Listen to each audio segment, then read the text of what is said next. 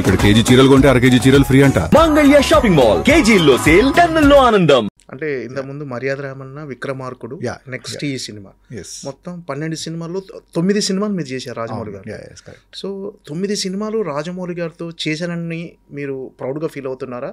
ఈ 3 సినిమాలు మిస్ అయ్యానని ఎక్కడన్నా అనిపిస్తుంది?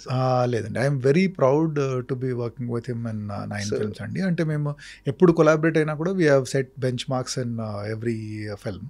So definitely like I'm very very proud of doing all that films with him. అంటే ఫస్ట్ ఫిల్మ్ నుండి అంటే ఈజ్ అ గ్రేట్ డైరెక్టర్ అండి, there is no discussion and doubt about it. So every time ఏంటంటే ఆ సినిమాలో ఇంకా కొత్తగా చేయాలి, బెటర్గా చేయాలని ట్రై చేస్తూ ఉంటాడు. సో ఆ జర్నీలో like I also learned so many things from him. So it has been a great journey and I'm very very proud and happy to be doing those films. అంటే ఇది హాలీవుడ్ స్థాయిలో చాలా big వేలో cinema, ఒక అంటే ఇంటర్నేషనల్గా చాలా big వేలో ఈ సినిమా రూపొందుతుంది, అడ్వెంచరస్ థ్రిల్లర్గా. అంటే ఈ సినిమా దీని గురించి మీకు ఏమైనా తెలుసా? అంటే ఈ సినిమా సబ్జెక్ట్ గురించి కానీ ఎలా ఉండబోతుంది, ఇమాజినేషన్ అంటే రాజమౌళి గారి సినిమా అనగానే ఎలా ఉండబోతుంది అని అందరికీ తెలుసు, బట్ ఈ సినిమా ఎలా ఉండబోతుంది అనేది మీకు ఏమన్నా? అంటే అది వాళ్ళ టీమ్ మెంబర్స్ చెప్తే better. You also team member, but so అంటే డెఫినెట్లీ అంటే లైక్ ఆఫ్టర్ RRR సక్సెస్ వచ్చిన తర్వాత సో లైక్ విల్ డెఫినెట్లీ అంటే now Rajamouli is a big brand from అంటే వేర్ బయట కంట్రీ వాళ్ళు కూడా like they are waiting for his film. So అలా ఉన్నప్పుడు డెఫినెట్లీ వాళ్ళకు వాళ్ళ ఊహకు మించిందే తీస్తాడండి. So that is there is we should not have any doubts about that. అంటే మీరు మహేష్ బాబుతో కూడా ఇంతవరకు వర్క్ చేయలేదు కదా, మహేష్ బాబు సినిమా అంటే. సో రాజమౌళి గారి డైరెక్షన్ అనేది ఒక రీజన్ అయితే, మహేష్ బాబు గారి సినిమా కూడా మిస్ అయ్యానని ఎక్కడన్నా అంటే అలా ఎప్పుడు అండి మనకు వచ్చేది మనకు వస్తుందండి. సో లైక్ అది మిస్ అయ్యామని బాధ పడడం doesn't make any sense to me అండి. So like life is a journey and we have to keep going on. So I wish them all the best and I'm like happy that okay like ఆ cinema తర్వాత next మళ్ళీ chance వస్తే కలిసి చేయొచ్చు. So that is అంటే మీ journey అనేది it is a good thing and I'm very happy and like and hoping that they also break benchmarks and all. So next when we collaborate we'll see like what we can do. సరే, ఇప్పుడు Baahubali 10 years తర్వాత మళ్ళీ release చేయబోతున్నారు. అప్పట్లోనే బాహుబలి ఒక cinema bench mark create చేసింది Telugu cinema ఇండస్ట్రీలో కానీ ఇండియా లెవెల్లో కానీ. అది రిలీజ్ అవ్వటం మీకు ఎలాంటి? డెఫినెట్లీ ఎక్సైటింగ్గా ఉంటుందండి. అంటే ఫస్ట్ టైం రిలీజ్ అయినప్పుడు కొద్దిగా టెన్షన్లో ఉండేదండి. అంటే మీరు గుర్తు చేసుకుంటే first day release are first 2-3 days release Baahubali release అయినప్పుడు లైక్ సినిమా ఏంటి ఇలా ఉంది బాగాలేదు రకరకాల నెగిటివ్ టాక్స్ ఉన్నాయి. But once it picked up very well and like ఇంకా లైక్ తెలుగు సినిమాని ఎవరు తిరిగి చూడలేని టైంలో like suddenly like everyone else like అంటే ఇప్పుడు the state in Telugu cinema is one of the main reasons is Baahubali అండి. ఎలా అంటే ఇప్పుడు తెలుగు సినిమా బడ్జెట్స్ కానివ్వండి, తెలుగు సినిమా రీచ్ కానివ్వండి పెరగడానికి one of the reason is Baahubali. And it is good that అంటే 10 years అయిపోయింది, దాన్ని సెలబ్రేట్ చేసుకోవాలంటే it's a very proud moment. It should be a proud moment not only for me అండి, the whole Telugu audience అందరికీ like it should be a very proud moment that okay like మళ్ళీ ఒకసారి like మనము okay మన సినిమాని celebrate చేసుకునే chance వచ్చింది అని. And I think like people who have seen that film will also want to come back and see it film. అంటే ఇప్పుడు ఒక ఆ టైంలో నేను కాలేజ్ స్టూడెంట్ ఉన్నాను, లేకుంటే like I was a small kid. So ఇప్పుడు after 10 years I want to watch it again అన్న క్యూరియాసిటీ ఉంటుందండి. It is like a landmark film in our Indian film industry. So అది release will definitely చాలామంది చూసి థియేటర్లో, because it's a theatre film అండి. అంటే మీరు టీవీలో ఎన్నిసార్లు చూసినా కూడా మళ్ళీ థియేటర్లో వస్తుంది అంటే లైక్ ఒక ఎక్సైట్మెంట్ అండ్ ఎనర్జీ ఉంటుందండి. And I'm very sure that so many people will want to come and see that film. And definitely I'm very very excited for that అండి. అంటే ఎక్స్పీరియన్స్ అనేది అది థియేటర్కల్ ఎక్స్పీరియన్స్. సో రిలీజ్ అనేది పర్ఫెక్ట్గా అంటే దీన్ని 2 parts కలిపి 3.5 hours నడివి ఇప్పుడు ఎగ్జాక్ట్లీ తెలియదండి, but it will be more than 3.5 hours అండి, more than 3.5 hours. So 2 parts కలిపి లైక్ ఎడిట్ చేసి అంటే కొన్ని సీన్స్ తీసేసి కొన్ని scenes we are trying to add some scenes in that. So అలా ముందు చూడని సీన్స్ కూడా కొన్ని యాడ్ చేసి సో ఒక proper I think more than 3.5 hour film we are trying to launch and definitely it will be a very interesting watch అండి.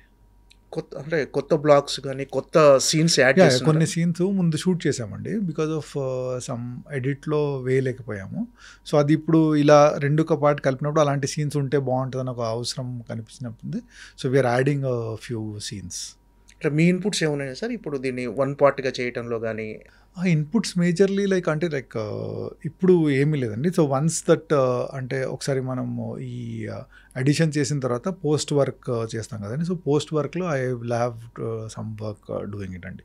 So it is more of edit call అండి. ఇప్పుడు అంటే 2 సినిమాలు edit చేయడం, ఎందుకంటే తీసేయడం అదంతా కూడా ముందు తీసామండి. So how they edit and make it interesting అండి, it's an edit and story discussion call అండి. అంటే ఫైనల్ ఎడిట్లో ఖచ్చితంగా మెయిన్. యా. అంటే టోటల్గా అసలు ఫస్ట్ పార్ట్ ఎంత ఫుటేజ్ వచ్చింది, సెకండ్ పార్ట్ ఎంత, యాజ్ అ కెమెరామెన్గా మీకు తెలుసు కదా సార్? అంటే అది ఎగ్జాక్ట్లీ చెప్పలేమండి. బట్ వీ ఎక్స్టెన్సివ్లీ షార్ట్ అండి. అంటే అది షూట్ చేస్తున్నప్పుడు అంటే ఒక బెంచ్ మార్క్ ఫిల్మ్ లాగా చేయాలి అంటే, ఎందుకంటే అప్పటి వరకు ఆ లెవెల్ ఆఫ్ బడ్జెట్లో ఎవరు షూట్ చేయలేదండి. సో వీఆర్ లైక్ అంటే ఎక్కడ కూడా ఏది మిస్ కావద్దు, బెటర్గా షూట్ చేయాలని we try to shoot as much as possible అండి. బట్ అలా అని పిచ్చిగా అది అవసరం లేని ఎప్పుడూ షూట్ చేయలేదండి. సో ఏది అవసరమో కానీ ఆ షార్ట్ ఇంట్రెస్టింగ్ ఎలా తీయాలని చేసామండి. So I exactly don't know, but అంటే ఎడిట్ కంటే కొద్దిగా ఎక్కువ వచ్చి ఉంటుందండి. నాట్ లైక్ అంటే డబుల్ ఆర్ అలా కాకుండా మేబీ ఫ్యూ మినిట్స్ ఎక్కువ అలా వచ్చి ఉంటుందండి ఫైనల్ ఎడిట్లో. అంటే బిఫోర్ షూట్ అంటే ఈ సినిమా స్టార్ట్ అవ్వక ముందుకు బాహుబలి 1 ఎన్ని వండర్స్ క్రియేట్ చేస్తారని ఎవరు ఎక్స్పెక్ట్ చేయరు. డెఫినెట్గా మంచి సినిమా చేస్తున్నాం, ఏదో ఒక తెలుగు సినిమాకి కొత్తగా ఉండేటట్టు తెలుగు సినిమా స్థాయిని పెంచే సినిమా అని ముందే ఎక్స్పెక్ట్ చేసి ఉంటుంది సినిమా. మీకు ఈ ఫస్ట్ షాట్ గుర్తుందా సార్? మీరు మీ కెమెరాలో షూట్ చేసిన ఫస్ట్ షాట్ యాజ్ ఎ సినిమాటోగ్రాఫర్గా? Baahubali first shot most difficult question, అసలు గుర్తులేదు యాక్చువల్లీ. అంటే ఆల్మోస్ట్ 15 years అవుతుంది, because 5 years in the making it was. So actually I don't remember అండి.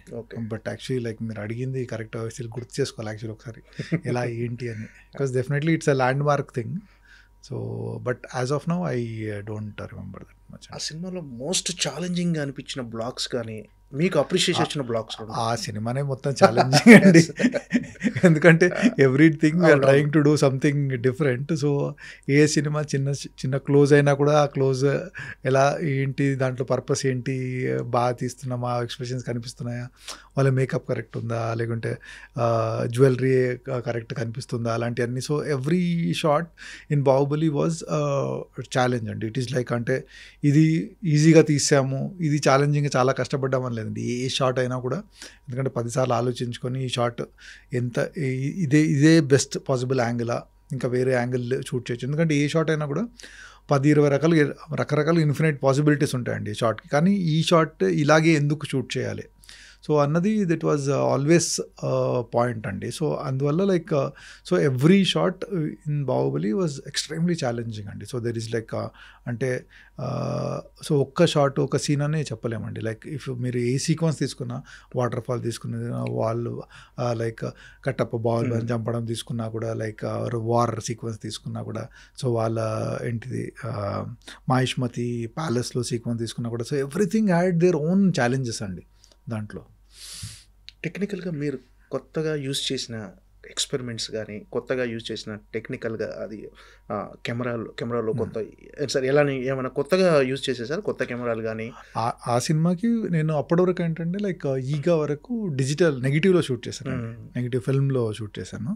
So for the first time Baahubali was the first film నేను డిజిటల్లో shoot చేశానండి. అంటే అంతకుముందు డిజిటల్ కెమెరాస్ ఉన్నాయండి, బట్ నాకు టెస్ట్ చేసినప్పుడు అంత క్వాలిటీ బాగా అనిపించలేదండి. సో వన్స్ ఈ ఆరీ కంపెనీ వాళ్ళు అలెక్సా అన్న కెమెరాను లాంచ్ చేశారు అప్పుడు. సో అది చూసిన తర్వాత I felt almost quality is as good, అంటే నెగిటివ్ దగ్గరలో ఉంది.